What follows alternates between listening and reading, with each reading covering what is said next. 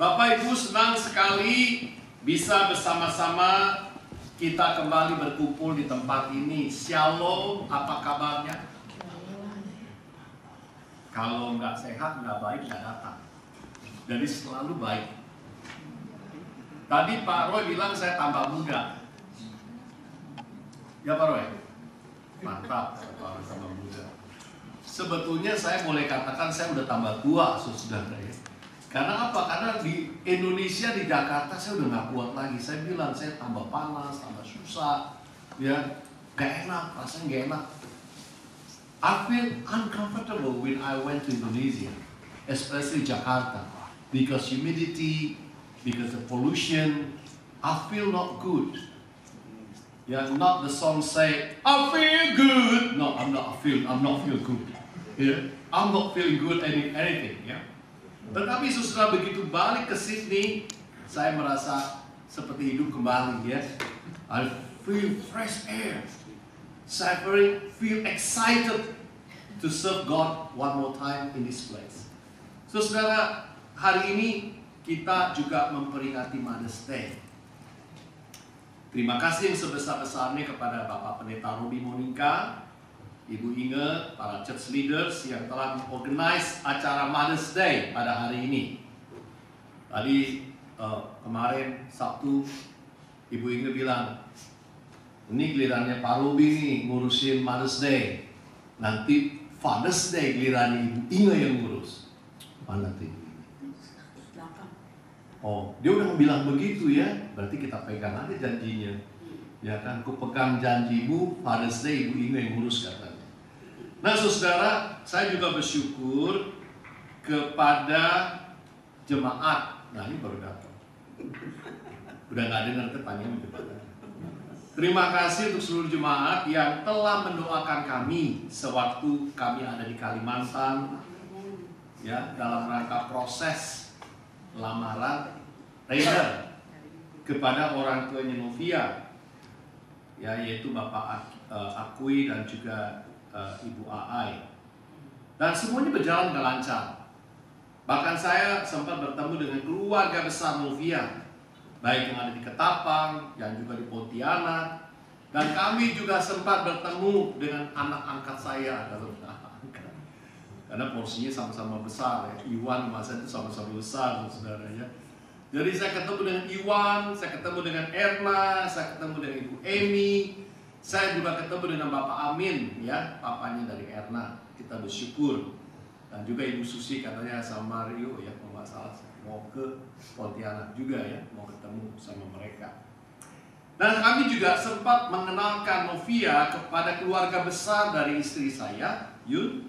Keluarga besar dari pihak papi saya, mami saya, pada hari Minggu yang lalu, tanggal 5 Mei, dan tanggal 6 Mei-nya anak saya berangkat bersama Novi kembali ke Sydney. Begitu indah, begitu baik. Dan saya yakin itu semua terjadi karena doa.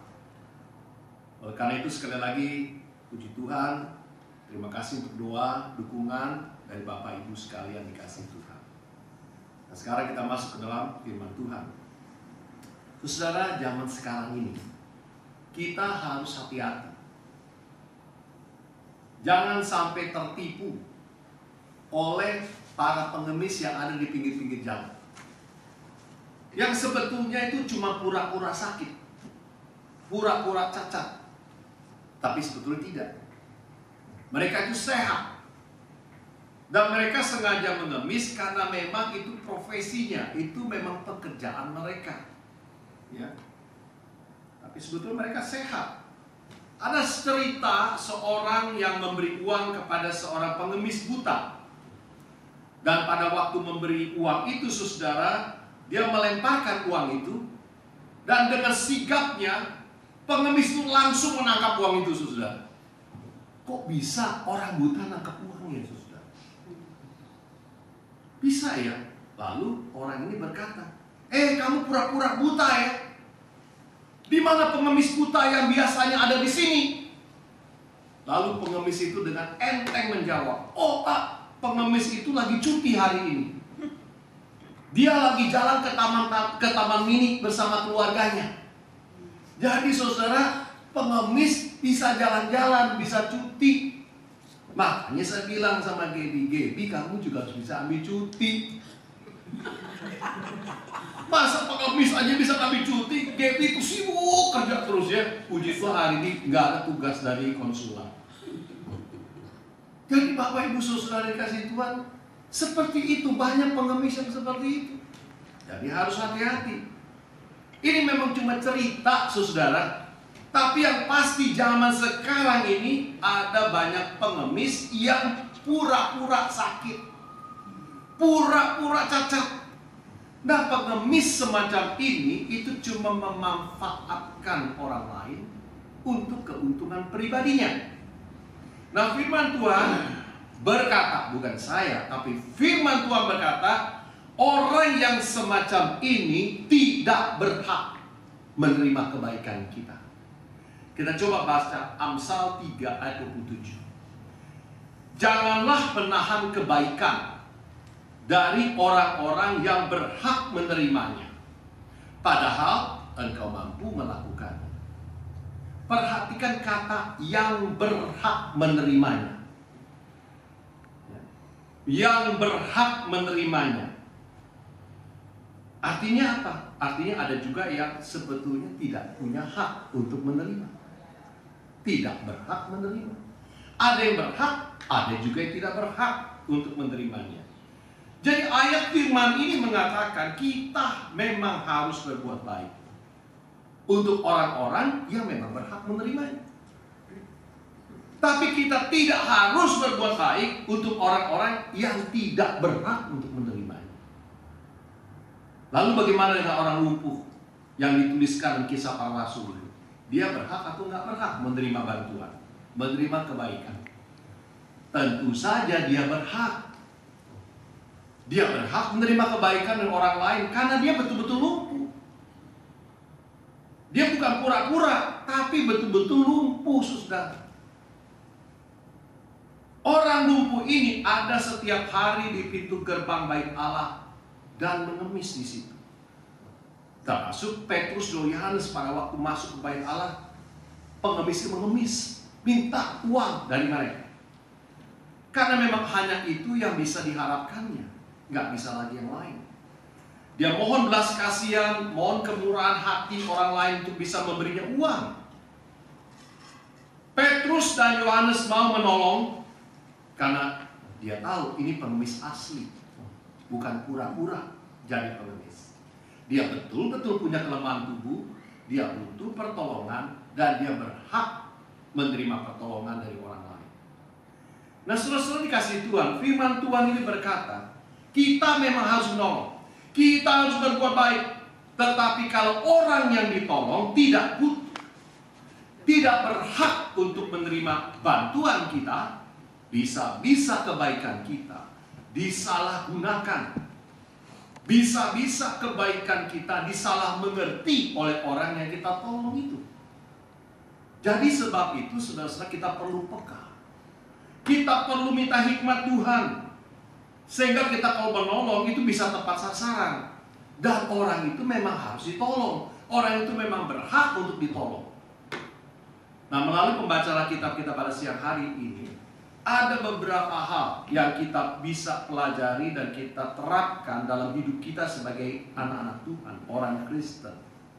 Yang pertama, seperti saya katakan, saya lebih suka eksposisi Alkitab. Jadi kita dasarnya kita nggak ngawur, ngambil dari mana-mana, tapi apa yang kita sudah baca tadi itu yang kita pelajari. Ini disebut eksposisi Alkitab. Pertama, saudara, fokus kepada Tuhan, bukan kepada situasi, bukan kepada kondisi yang sedang kita alami. Ini yang pertama kita pelajari. Fokuslah kepada Tuhan, bukan kepada situasi, bukan kepada kondisi yang sedang ada pada kita. Kita baca 3-5. Ketika orang itu melihat bahwa Petrus dan Yohanes hendak masuk ke bait Allah, ia meminta sedekah.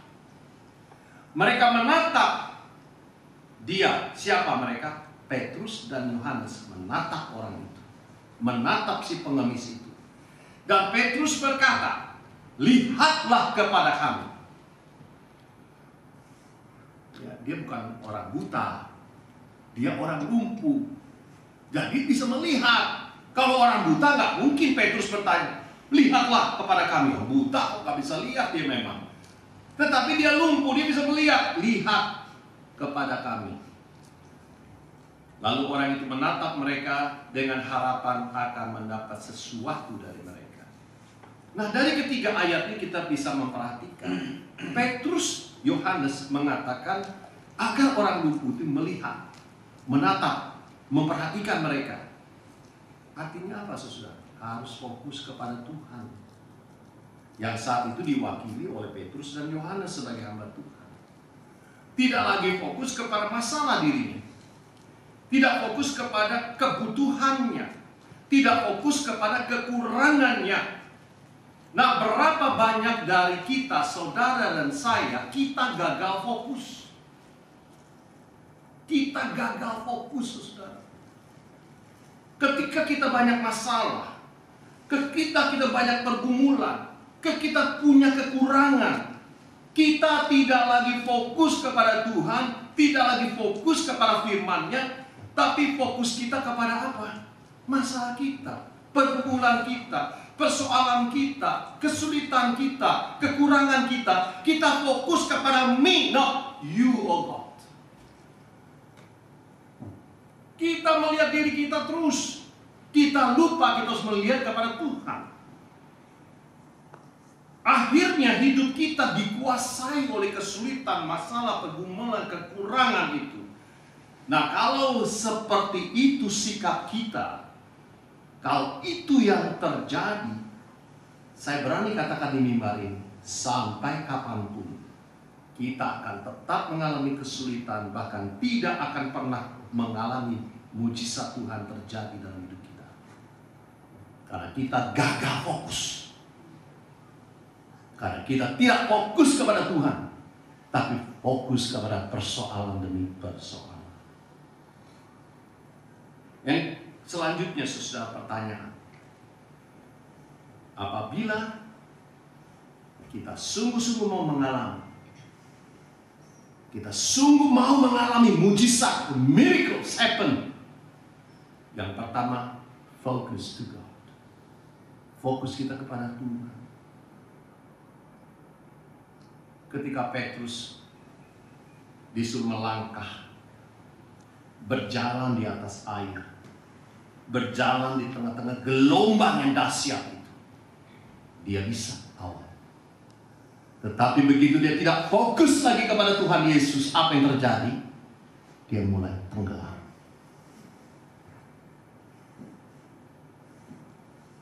Saudara, ketika engkau tidak fokus lagi kepada Tuhan Yesus, maka disitulah kehancuran demi kehancuran akan kau alami. Because you fail to focus to God. Oleh sebab itu jangan pusingkan seberapa persoalan yang kita hadapi. Kita fokus kepada Tuhan, kita cari Tuhan dan cari firman-Nya. Itu yang kita pegang. Bukan masalah kita, tapi Tuhan kita. Masalah kita boleh besar, tapi my God is bigger in mightier than my problem. Karena Tuhan saya lebih besar daripada masalah saya. Tuhan saya lebih kuasa daripada persoalan yang saya hadapi. Yang kedua, ketika kita ingin menolong seseorang, jangan andalkan kekayaan kita. Kalau kita mau tolong orang, jangan hitung uang kita dulu, jangan hitung properti kita dulu. Jangan, saudara. Apa yang ada pada kita, apa yang kita punya, kita berikan itu. Petrus berkata kepada orang lumpuh ini, emas dan perak tidak ada padaku, tetapi apa yang ku punyai, nah ini penting, apa yang aku punyai, ku berikan kepadamu. Demi nama Yesus Kristus orang Nazaret itu berjalanlah. Konsep penting, saudara, ketika Tuhan gerakkan hati kita untuk kita tolong seseorang, jangan hitung-hitungan. Lakukan segera dengan apa yang ada pada kita, yang kita punya. Dan itu nggak selalu uang, nggak selalu kekayaan, nggak harta, saudara. Kita punya talenta. Kita punya karunia yang Tuhan berikan. Itu bisa waktu kita, tenaga kita. Is there anyone push Mario to cook pasta or spaghetti? Is anyone push you to do it? I believe it's not. No one. This is only yourself. Oh, Ibu Ina yang say so. It's coming from your heart. No one pushing you to cook for them. This is coming from your own heart. This is voluntary. It's freedom. You just want to do it by yourself. Itu yang harus ada pada kita. Kita punya talenta untuk cook. Kita bisa punya apa untuk kita beri. Apa aja yang ada pada kita bisa berikan. Sorry kasih Tuhan, mungkin ada banyak mungkin. Atau mungkin sedikit. Mudah-mudahan sedikit. Ada orang yang butuh. Ada orang yang berhak untuk terima kebaikan kita. Karena ini di Australia, saudara, saya bilang sedikit. Kalau Indonesia mungkin lebih banyak. Tapi kita bersikap masa bodoh aja. Ada orang yang perlu kita masa bodoh. Kita cuek, kita nggak mau pikir, saudara. Kenapa? Karena kita nggak ada uang. Nggak banyak uang maksud saya. Ada uang ada ya, tapi nggak banyak uang.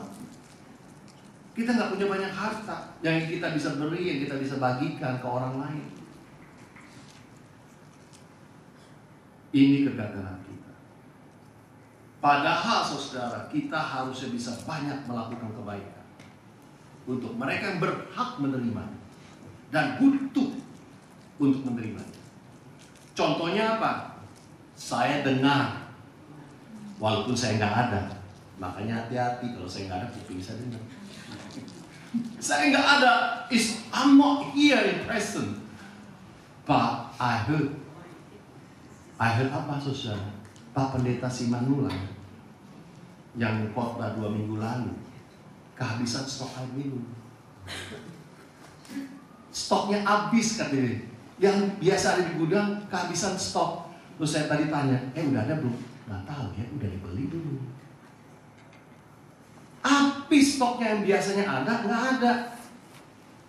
Aduh, gimana coba kalau Pak Sar keselak waktu dia khotbah? Yang salah itu siapa? Leadersnya yang salah, karena sih nggak siapkan minuman. Tetapi contohnya saudara adalah ketika tidak ada air minum, salah satu dari jemaat yang baru beli minuman, baru aja beli, langsung dikasih tuh minumannya kasih Pak Sahat. Enggak ada yang nyuruh, enggak ada yang kasih petunjuk, enggak ada. Volunteer kasih tuh minuman yang baru dia beli, dikasih. Demikian juga hari ini.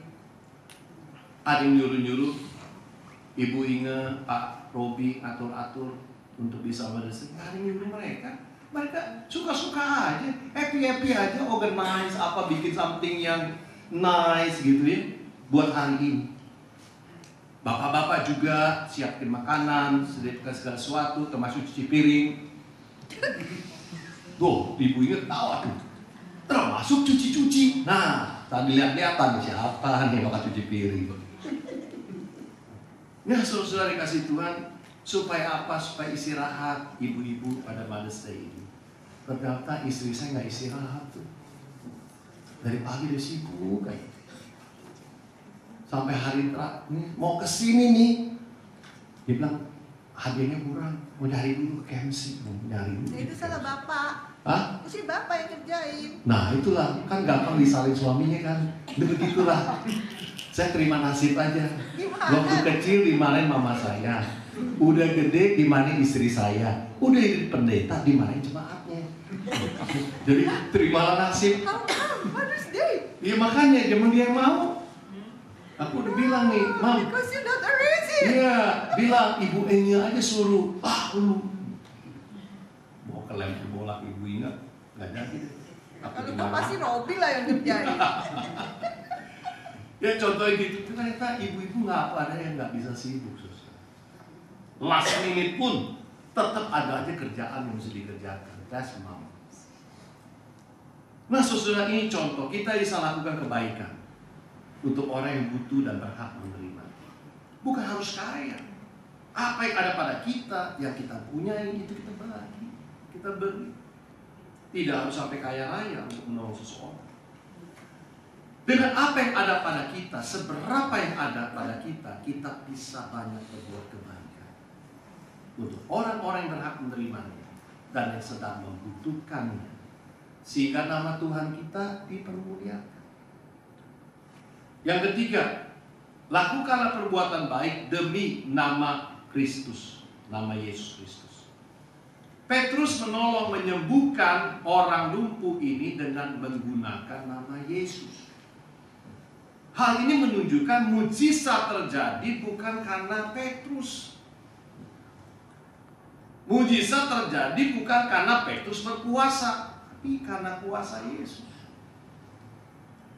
Dan dia memerintahkan orang berlumpuh itu berjalan demi nama Yesus.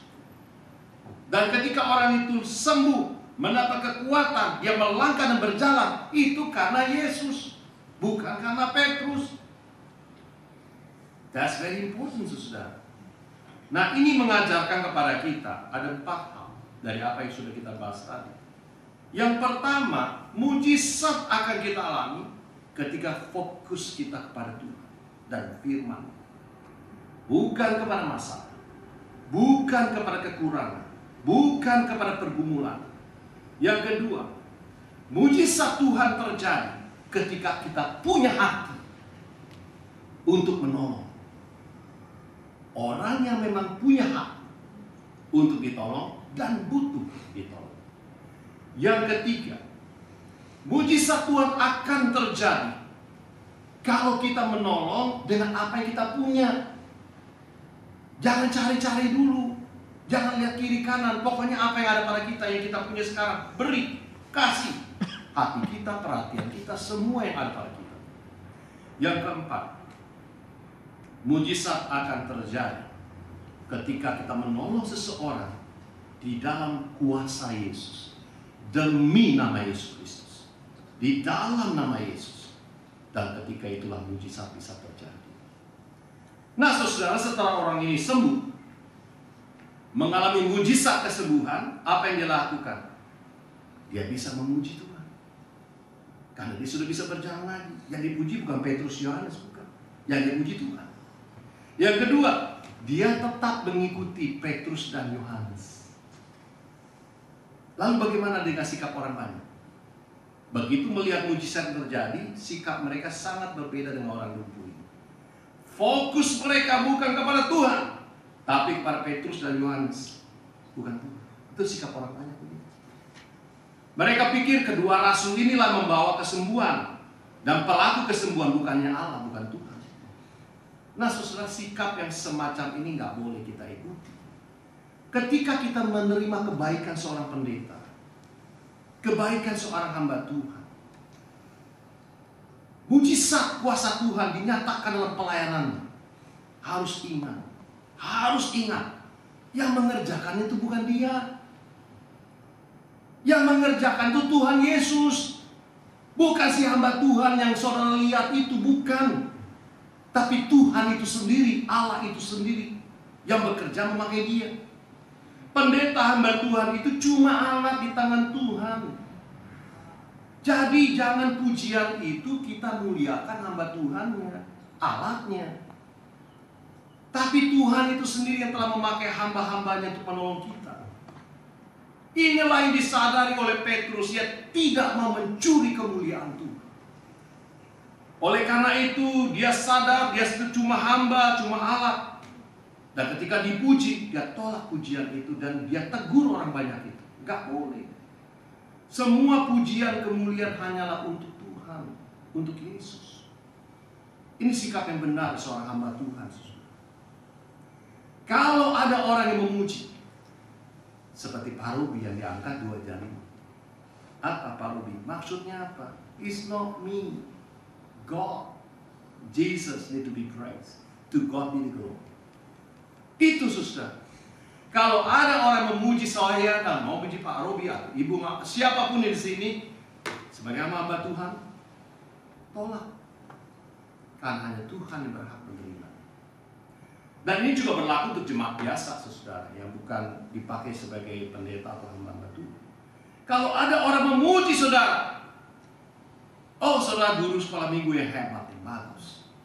Saudara penyanyi yang luar biasa, suara saudara merdu luar biasa. Pemain musik yang bagus, maestro. Nah, itu Pak. Sudah disebut maestro kan kita berbunga-bunga hatinya, tapi kita bilang praise the Lord. Kemuliaan bagi nama Tuhan. Orang Kristen maju pesat dalam kesalehan, kesucian hidup, dalam pengertian akan firman Tuhan. Kita dapat praise dari mana-mana. Ibu teladan hari ini, yang datang hari ini, yang berhasil mendidik anak-anaknya dengan baik. Apa yang sudah lakukan?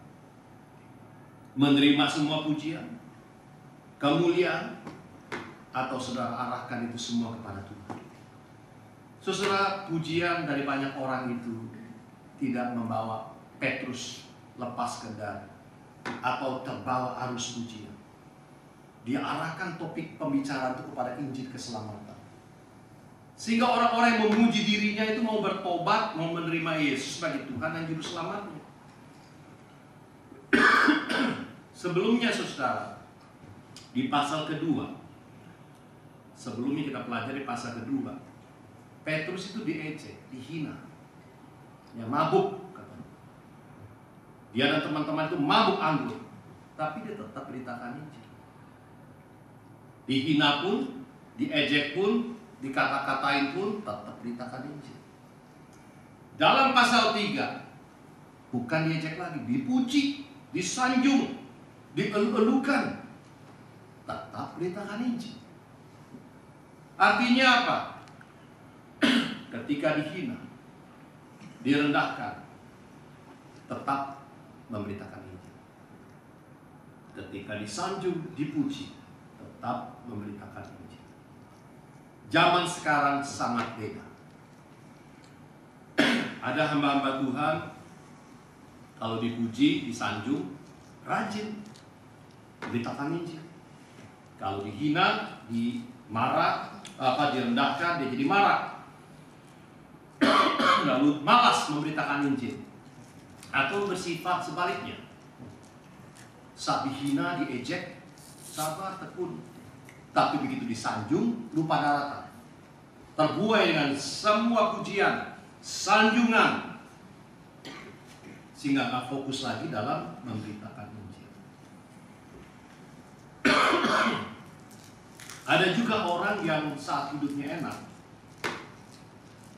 baru dia beritakan Injil, saudara. Tapi begitu hidupnya nggak enak, baru saya bilang, kejadian antara mas saya sendiri. Baru bilang kan air minum tadi, nggak ada nyiapin, ada Gaby. Bentuk punya bantu ya. Gaby juga yang ngasih pas.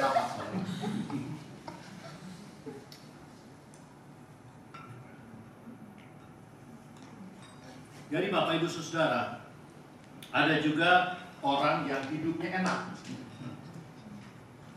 Ketika hidupnya enak, baru dia beritakan Injil. Tapi begitu hidupnya susah, menderita, dia malas, dia nggak mau beritakan Injil. Ada juga sebaliknya. Orang-orang yang saat menderita, saat dia susah, dia tekun mengabarkan Injil. Tapi begitu hidupnya naik daun, hidupnya enak, dia lupa diri dan tidak lagi memberitakan Injil. Oleh sebab itu ketika saya bertemu dengan saudara saya Mei, saudara sepupu saya di Jakarta, waktu makan pagi dia berkata sesuatu yang saya ingat, tapi saya lupa siapa yang ngomong, pasti Pak Ruby ingat. Kalau nggak salah memang yang ngomong Gaut, tapi ada juga dikutip oleh seorang hamba Tuhan yang lainnya. Dia katakan begini, Tuhan, inilah doa saya, katanya. Jangan berikan aku kekayaan sampai aku melupakan Engkau. Jangan biarkan aku ada dalam kemiskinan sehingga orang-orang menghina Engkau. Ingat saudara artinya, kekayaan bisa membuat kita lupa. Tapi kemiskinan membuat kita menjadi orang-orang yang tidak dipermuliakan, mempermuliakan nama Tuhan. Oleh sebab itu berbahagialah saudara yang tidak kaya dan tidak miskin. Cukup makan, cukup pakai, cukup bisa yamca, cukup bisa dinner, cukup bisa berlian, itu kata Ibu Vera. Ya. Artinya serba cukup, bukan serba mewah. Asal ada makanan dan minuman, cukuplah. Karena akar kejahatan itu apa? Cinta akan uang. Bapak Ibu Saudara, firman Tuhan dari Rasul Paulus 1 Korintus 9 ayat 16. Karena jika aku memberitakan Injil, aku tidak mempunyai alasan untuk memegahkan diri. Sebab itu adalah keharusan bagiku. Celakalah aku jika aku tidak memberitakan Injil. Petrus, baik, buruk, susah, senang, tetap mengabarkan Injil. Paulus, baik, buruk, susah, senang, tetap memberitakan Injil. Kita harus ikut teladan Petrus dan Paulus. Gunakan setiap kesempatan, tekun berbuat baik, dan terus mengabarkan Injil. Karena ini adalah keharusan bagi setiap kita. Memperingati Mother's Day, kita semua bersyukur kepada Tuhan. Karena para ibu yang telah rela mengorbankan dirinya dan sangat berjasa untuk anak-anaknya. Tetapi jangan sampai karena kita berhasil, anak-anak kita sukses, kita lupa tugas utama kita, yaitu apa? Mengabarkan Injil. Alangkah sedihnya, saudara, ketika tetanggamu diselamatkan, teman sekerjamu diselamatkan, semua orang-orang di tempat kerjamu mendengarkan Injil yang kau sampaikan, tapi anak-anakmu terhilang. Sedih. Orang yang paling dekat. Kau sukses, kau berhasil, anak-anakmu lulusan uni, PhD, hebat, pekerjaan juga hebat, jadi orang-orang hebat. Tapi mereka tidak kenal siapa Yesus. Memperingati Mother's Day ini, jangan lupa pujian itu menyesatkan kita dan membuat kita lupa tugas utama kita, menyampaikan Injil dan menjadi saksi bagi anak-anak kita supaya mereka kenal Yesus. Karena semua kebaikan kita, semua pengorbanan kita sebagai orang tua akan berakhir di batu nisan itu. Rest in peace. Bapak yang baik, yang selalu nolong saya waktu jadi handyman, itu Mafian, yang selalu nolong saya untuk melamar Novia, itu kata Rena. Ya. Tapi kalau kalian tidak di dalam Yesus, semua pujian itu rontok. Nothing. In vain.